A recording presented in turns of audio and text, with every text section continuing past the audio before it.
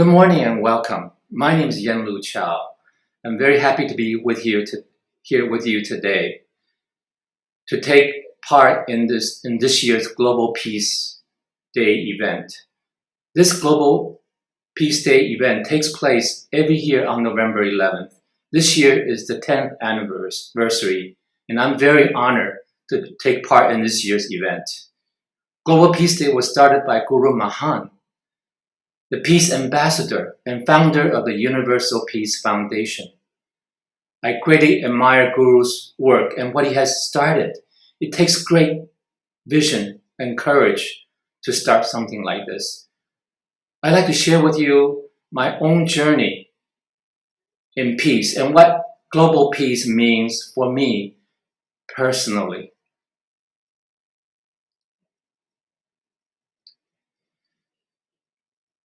Hi, I'm Yen Lu again. By the way of intro, I just like to say my own life journey has been a journey of many transitions and ups and downs and even crisis. And 10 years ago, I got on this journey of philanthropy and social entrepreneurship because of a major family event, a family tragedy that happened to my family. And hence, I've also been on this journey of spirituality. I call myself a seeker of truth. And this journey has also brought me to the doorstep of the deep human. Being spiritual, I'm not particularly religious, but I believe in all religion. To me, being spiritual just means that we are more than skin encapsulated ego. We are, in fact, spiritual beings.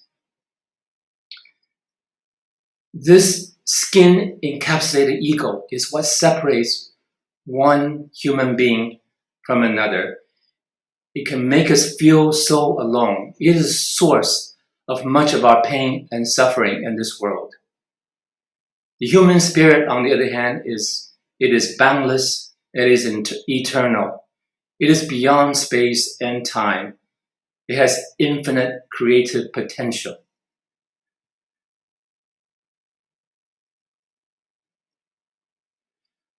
I've been through many crises, and of course, we are all going a major crisis.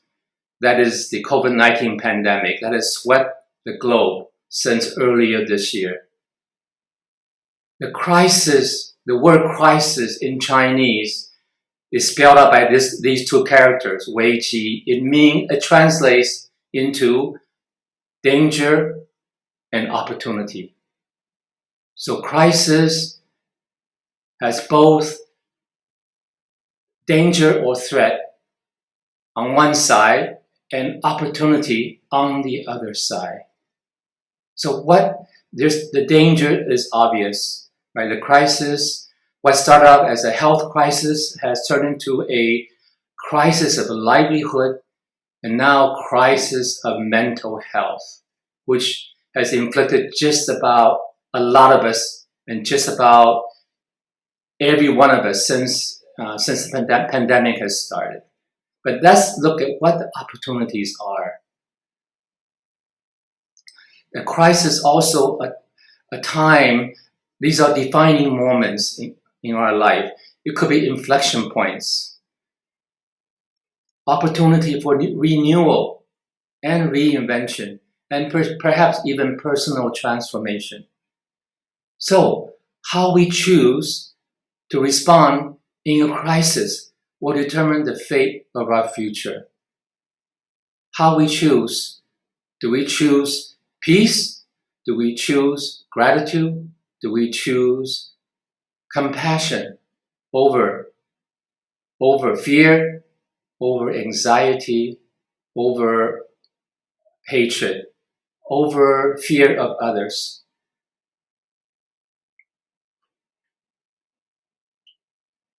And a good place to start is gratitude. So one thing that I'd like you to think about, and we all should think about, is what are the things that we should be grateful for? Every day we wake up in the morning, what are the things that we are grateful for? And if you think about it, there are many, many things. I want you to just take a few seconds and connect to your heart, and from your heart, think about what are the things that you are grateful for in your own life.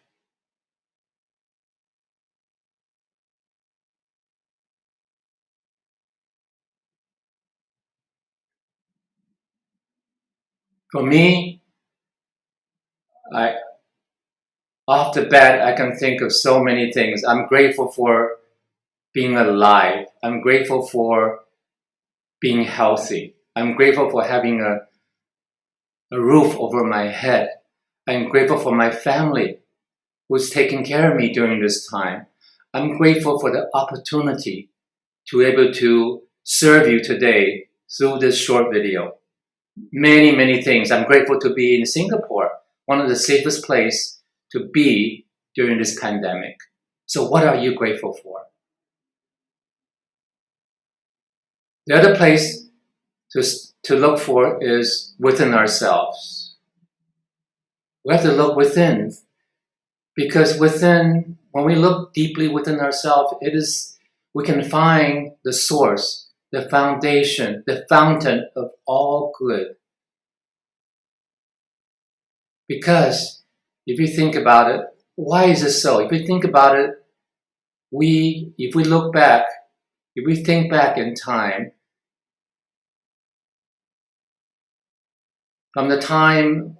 back to the time when we are a young man, a young person, right? A child, when we are a baby, the moment we were born, every human being is born good. We are all born good. There's a fountain of good that is all as within all of us, and we have to look within to find that fountain, the source of good.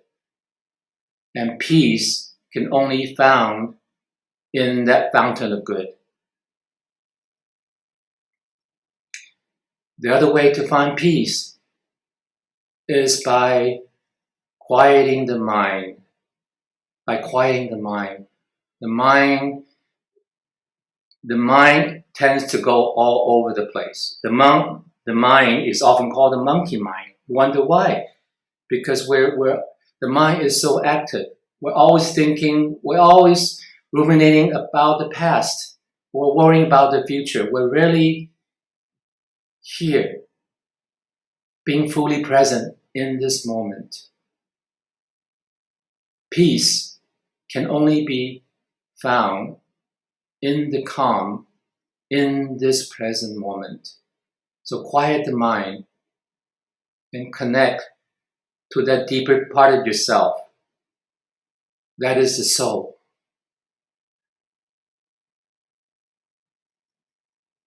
Now let's go to the heart. Science has shown us, our ancestors have demonstrated millennia years ago, that the heart is where all the action is in terms of the mind. Science have demonstrated that if you measure the energy, electromagnetic field throughout the entire body, that the energy at the heart, the center of the heart chakra, is thousands of times stronger than the energy, the EM field that's emanating from the brain. So, the heart is indeed the center of our energetic being. So, connect with your heart often and frequently.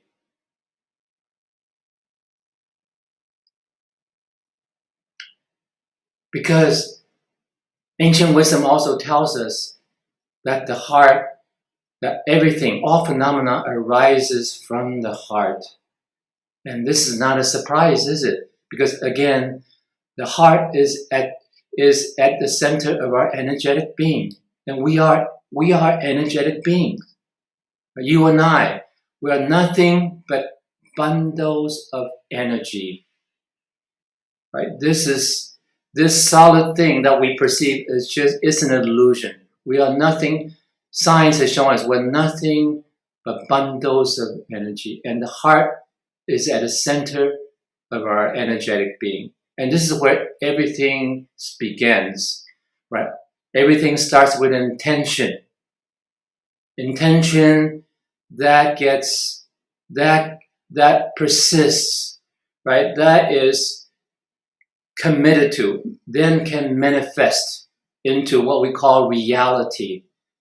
What's invisible becomes manifest into the visible. This is the power of our intention. Think about it. Singapore was nothing but an idea, an intention in the mind, in the heart of her founding fathers over 54 years ago. And that intention manifests into what we see as Singapore today. So what intention do you have? What is on your mind? What is in your heart? Ask yourself this question. We cannot talk about peace without thinking about nature. We all come from nature. And when we pass on, we go back to nature. Nature nurtures. Nature heals. In fact, we are all nature. We are no different from nature. The problem is that we have all forgotten. And we have, in fact, we have gone away from nature. We have created a mess. So to gain global peace, we need to be at peace with ourselves, and we have to be at peace with nature. We have to be at one with Mother Nature. How beautiful, how majestic is Mother Nature.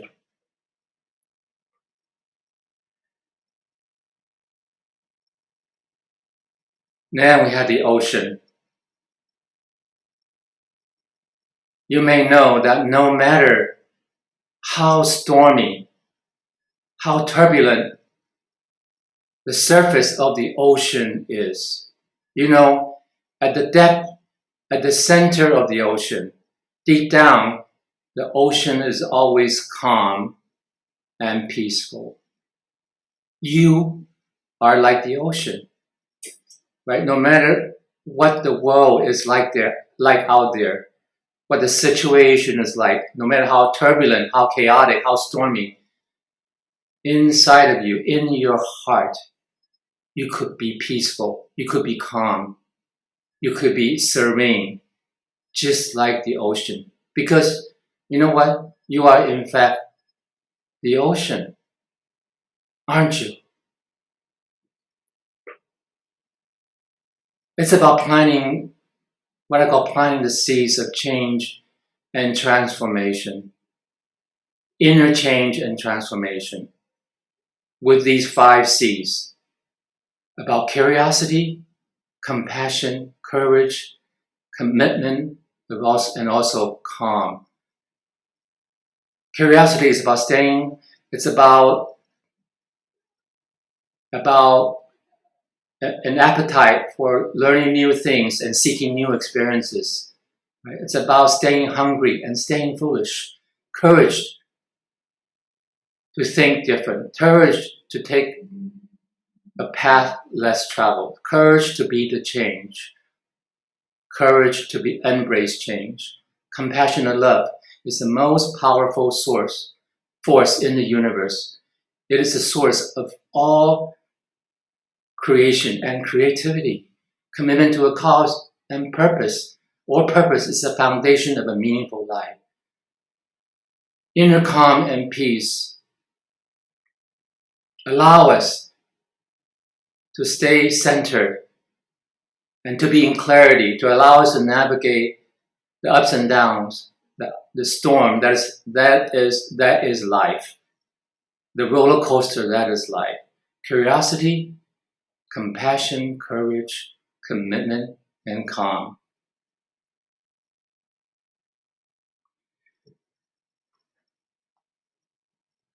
Global transformation begins with personal transformation. Change begins with each of us. Peace begins with each of us. Be the peace. Be the change.